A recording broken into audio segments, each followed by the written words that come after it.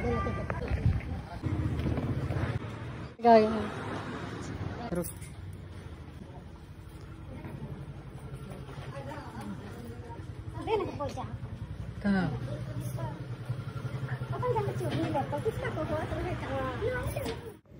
हाथ में पानी लीजिए, बाएं हाथ के ऊपर में रखिए। हाँ बोलेंगे, जो दो चीज बोलेंगे उसको बोल के जोर मार छूकर थोड़ा प्रणाम कर लीजिए।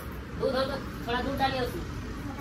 हाँ बोलिए, ओम केशवाय नमः, ओम ऋषिकेशाय नमः। यहाँ सटा के जमीन में गिराइए पर हाथ से धो ले, आचमन कर लीजिए।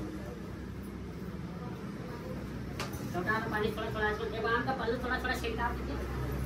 उसके बाद एगो त्रिभुज बनाइए, त्रिकोण मंडल वहाँ पर बीच में बनाइए, बीच में गायपाल रोड़ी चंदन सिंधु दीजिए। ओम गायपाल सरकामी खंडक चतुर्थम मात्रार्थम नेतम पसंद गर्म।